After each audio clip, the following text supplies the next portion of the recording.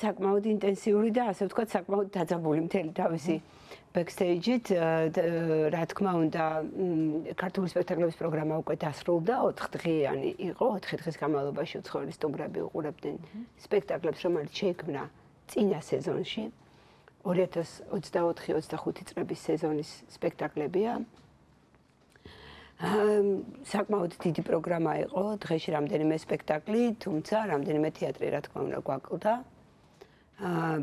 სხვადასხვა ბევრი მიზეზის გამო ეს არის თეატრები, რომელიც ყოველთვის ქმნიდნენ განსაკუთრებულ ატმოსფეროს ამ ქართული სპექტაკლების პროგრამაზე, მაგრამ წელს აღარ იყვნენ წარმოდგენილები.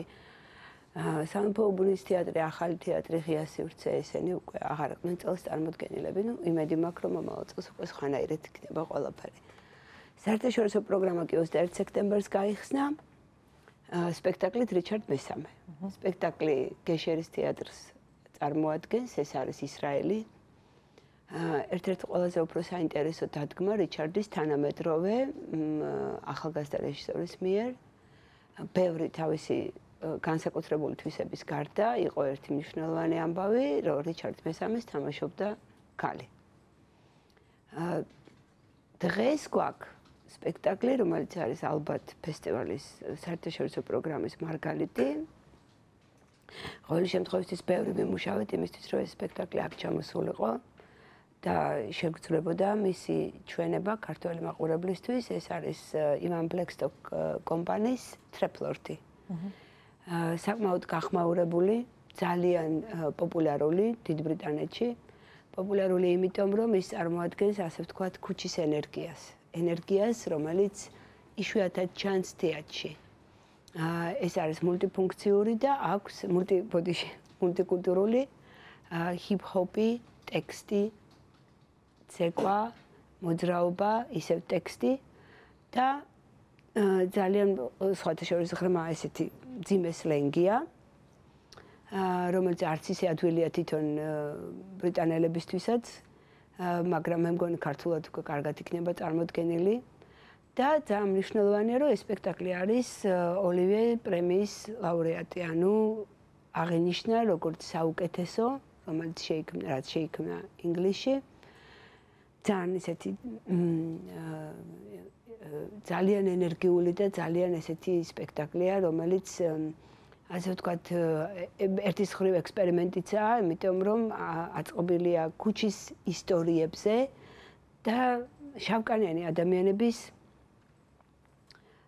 განსაკუთრებულობაზე, ანუ საზოგადოებიდან მაინც დისტანციურად მიუხედავად იმისა, რომ ბევრი თემა ამაზე, ბევრი ლაპარაკია და ყველაფერი, მაინც გარკვეული დაჯგუფებები ყველგან არიან მაინც დისტანცირებული და მათი ყოფა ცოტათი განსხვავდება, ცოტათი მაინც განსხვავდება ზოგადად საზოგადოების ყოფისგან. ამიტომ სწორედ ამას ეძღვნება, რა თქმა უნდა, სიმბოლურად ეს აღნიშნავს ყველა განსხვავებული ადამიანის ცხოვრებას, მისწრაფებას, ყველა განსხვავებული ადამიანის მდგომარეობას. ეს არის დღეს ორი სპექტაკლია 7 საათსა და 10 საათზე, იმიტომ რომ სხვა უკვე შესაძლებლობა დროის მიხედვით არ გქონდა. ფესტივალი მერე გაგრძელდება ასევე არაჩვეულებრივი სპექტაკლით ონასის სტეჯიდან, ეს არის სახლი, რომელიც დღევანდელი საერთოდ ადამიანის ყოფის ერთ-ერთი ყველაზე უფრო ისეთი მნიშვნელოვანი პასაჟი ადამიანის გაუცხოებისა, ადამიანი ძალიან ბევრ შემთხვევაში ცდილობს, რომ სრულიად განერიდოს თანამედროვე ეპოქის ნიუსების სისწრაფეს, ნეგატივს და რაღაც გარკვეულ საზღვრებს ქმნის თავის გარშემო თვითონ. მაგრამ ეს საზღვრები, რა თქმა უნდა, არარეალურია, იმიტომ რომ ადრე თუ გვიან ესეთი საზღვარი აუცილებლად ინგრევა, რაღაც სხვას უნდა ვეძებდეთ. სხვა უნდა ვიპოვოთ, რომელიც უფრო მეტ ინტეგრირების საშუალებასაც მოგცემს დღევანდელ ძალიან აჩქარებულ ცხოვრებაში, მაგრამ ამავე დროს დაგვიცავს ისე, რომ ჩვენი შინაგანი სამყარო არ დაინგრეს. ეხლა აი ეკრანზე არის კიდევ ერთი შედევრი ლატვიის თეატრის, ლატვიის ნიურიგა თეატრის ლატვიიდან. ეს არის ფილმი სპექტაკლი, თეთრი ვარდმფრენი, რომელიც ყვება ტექსტი არის შედგენილი ბენედიქტ მე-12-ის გადადგომის წინა დღეზე. ეს იყო პაპი, ერთადერთი პაპი, რომელიც გადადგა. და წინა დღის მოვლენებზეა აწყობილი. ანუ კითხვა, რატომ რამ აიძულა ის რომ გადამდგარიყო, იმიტომ რომ ის საკმაოდ პოპულარული და ისეთი პაპი იყო და რაღაცა მაიძულა ის. და ეს კითხვა, რომელსაც მას უსმევენ გარშემო მისი თანამოაზრეები, მისი მეგობრები, ის უნდა წარსდგეს კონკლავის წინაშე და თქვა სიტყვა. და ეძებენ მიზეზს, მაგრამ მე მგონია ეს არის მიზეზი, რომელიც ალბათ ფესტივალისთვისაც მნიშვნელოვანია და საერთოდ თანამედროვე ცხოვრებისთვის, იმიტომ რომ რაღაცნაირად მგონია, რომ გარკვეულწილად გამოხატავს საერთოდ დღევანდელ სამყაროს. პაპი ამბობს, მე ვეკუთვნი ძველ სამყაროს, რომელიც უკვე კვდება, მაგრამ ახალი ჯერ არ დამდგარა. მე მგონია, რომ ეს უნდა იყოს, ეს არის რაღაცნაირად ეს გამოხატავს წელს ფესტივალის სულისკვეთებას და მე მგონია, რომ არა მარტო ფესტივალის, არამედ სამყაროს, დღევანდელი სამყაროს რაღაცნაირად გასაღებია ეს ტექსტი. ბოლოს ფესტივალი მთავრდება სპექტაკლით მანა, ეს არის თანამედროვე ცეკვა, მსოფლიოში სახელგანთქმული ცეკვის კომპანია, Vertigo Dance Company, ისრაელიდან, ისრაელში თანამედროვე ცეკვა ძალიან მაღალ ხარისხშია და მაღალ დონეზეა. 5-ში ეს იქნება მარჯანიშვილის თეატრის სცენაზე, 5 ოქტომბერს საღამოს 8 საათზე და ეს იქნება ფესტივალის დასასრული. ჩვენ ისე ავაწყეთ, რომ რაღაცნაირად სინათლე ყოფილიყო ბოლოს, მეტი სიმსუბუქე, მეტი სინათლე, იმიტომ რომ მანა ეს არის სინათლის ჭურჭელი. ამიტომ სინათლის ჭურჭელი, რომელიც მუდმივად ივსება. ამიტომ გვინდოდა, რომ ეს ყოფილიყო ფესტივალის დასასრული, როგორც არა მარტო მომავლის იმედი, არამედ აუცილებლობა, მოცემულობა, რომ სინათლის ჭურჭელი მუდმივად აივსება. ეკა, ისევ ქართული სპექტაკლების პროგრამას რომ მივუბრუნდეთ. გქონდა თუ არა ამ სპექტაკლებს რაიმე ერთგვარი საერთო მახასიათებელი ფოკუსი დაუშვათ, ფოკუსი, რომლის გარშემოც გაერთიანდა თემა? რა თქმა უნდა, გქონდა. ჩვენ წელს პირველად გამოვაცხადეთ ესეთი ფოკუსი, ანუ მიღება რომ დაიწყო, თემა წელს იყო თავისუფლება დღეს ჩვენი, ეს იყო ჩვენი ჰიმნიდან ამონარიდი, ეს იყო თემა.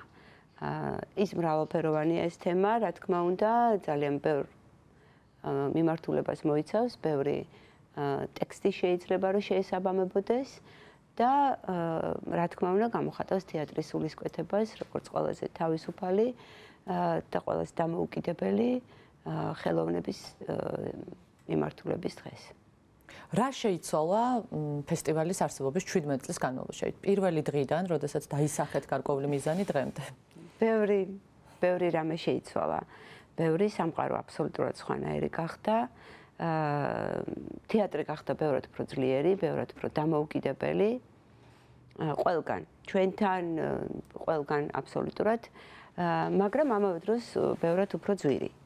და ეს გამოიხატება ბევრ რამეში, მათ შორის იმაში, რომ ძალიან მაღალი მოთხოვნებია ტექნიკური თვალსაზრისით, ეს არის ძალიან მნიშვნელოვანი, თეატრი ვითარდება, მისი სახვითი ენა ვითარდება, სახვითი ენა არის მრავალფეროვანი და ტექნიკური საშუალებებით გამოიხატება ეს, ამიტომ ეს მნიშვნელოვანია ქართული თეატრისთვისაც, იმიტომ რომ უნდა განვითარდეს ამ მხრივ და ამ მხრივ ჩვენ დიდი პრობლემები გვაქვს ყველა თეატრში თბილისში.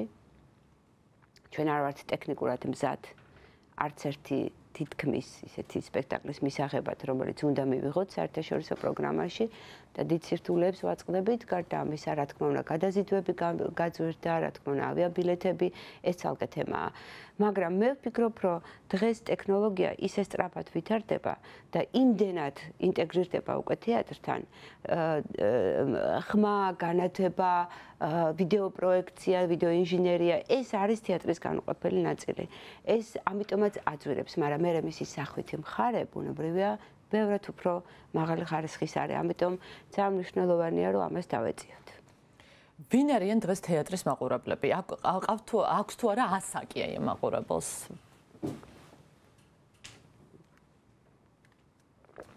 არა ყავს ასაკი.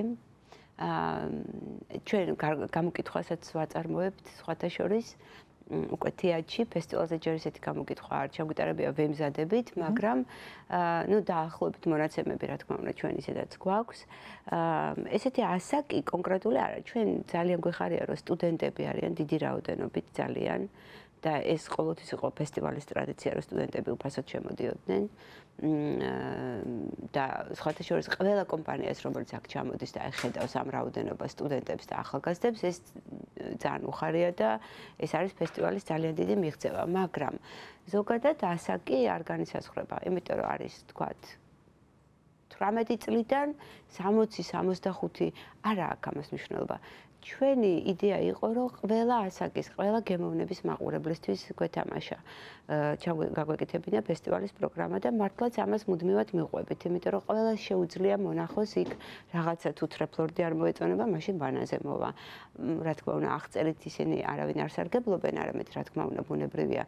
ტრეილერს უყურებენ, ბევრი ინფორმაციას ღებულობენ, მაგრამ ადამიანები ისედაც იცით, ასაკიც ისეთი თემაა ძალიან პირობითი. კი ბატონო. განსაკუთრებით თეატრის მაყურებლისთვის შეიძლება ყველაზე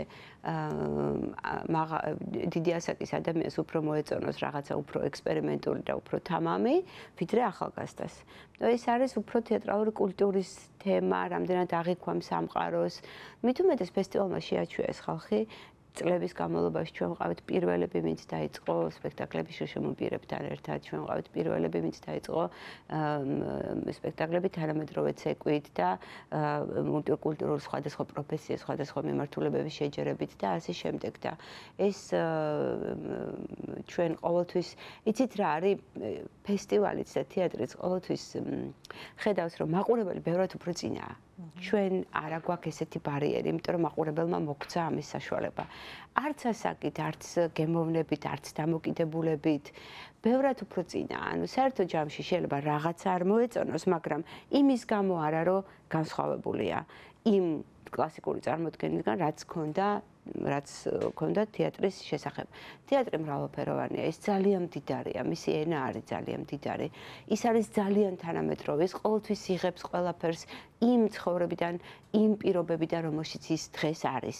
ამიტომ მაყურებელიც სწორედ ამ თანამედროვე პროდუქტია, ხო რაც არ უნდა დიდი ასაკი ქონდეს, ის მაინც თანამედროვე პროდუქტი, ამიტომ ესე უფრო მარტივად ეგუება მაყურებელი ფესტივალის ექსპერიმენტს და ფესტივალიც ამის გამო უფრო თამამად დგავს ნაბიჯებს წინ. რამდენად რთული არის ფესტივალი ორგანიზების თვალსაზრისით? მაყურებელს ყოველთვის აინტერესებს ხოლმე, როგორ ხდება იმ ყოველფრის ორგანიზება, რასაც სცენაზე ხედავს. რამდენი თვით ადრე იწყება, რამდენად ხანგრძლივი და შეიძლება 1 წლით ადრე დაიწყო, შეიძლება 2 წლით. ჯეიმს ტიერის 10 წელი დავდევდით. რობერტ ვილსონს, რომელიც შარშან იყო, მთელი 16 წელი დავდევდით. გააჩნია, რა თქმა უნდა, სხვადასხვა ძალიან დიდ ვარსკვლავების თეატრალური ვარსკვლავების გრაფიკი ყოველთვის იმდენად არის დაკავებული, რომ რთულია როგორც კი მოინდომებ მაშინვე დაეწიო, მაგრამ აქ არის კიდევ მეორე სირთულე, ეს არის კვლავ ტექნიკური საშუალებები, იმიტომ რომ შეიძლება ჩვენ არ გაგვაჩნდეს ის ტექნიკური საშუალებები, რომლითაც რის გამოც სპექტაკლი შეიძლება თბილისში ვერ ჩამოვიდეს. ეს ერთია. რა თქმა უნდა, ძალიან მნიშვნელოვანია სპექტაკლის ტექნიკური რაიდერები დღეობით შედარებით უფრო შემსუბუქდა ორგანიზაციული საკითხები, იმიტომ რომ გუნდი არის აბსოლუტურად ყველაფრისთვის მზად. ჩვენ რო დავიწყეთ, იყო ძალიან რთული, ბევრი რამე არ გვესმოდა, არ ვიცოდით ბევრი რამე. დღეს გუნდი არის მზად დაწყებული პირველი მოლაპარაკებებიდან დამთავრებული, აი სანამ არ ჩაჯდება ჩვენი სტუმარი თვითმფრინავში, აი იქამდე ძალიან დიდი რესურსი იხარჯება, მოლაპარაკება, იურიდიული, ტექნიკური, დაგეგმვა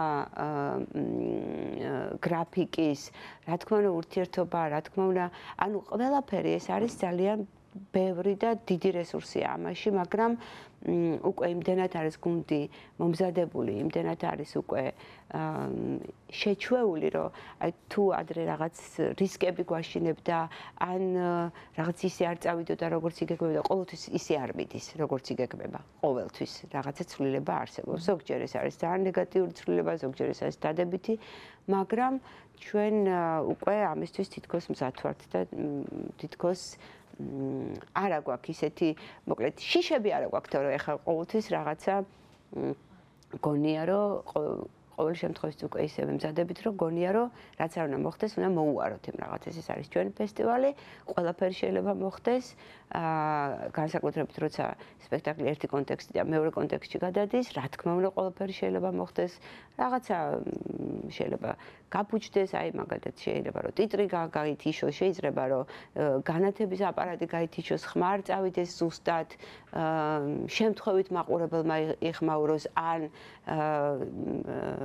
ამინდიც გაფუჭდეს ესეც მოქმედებს.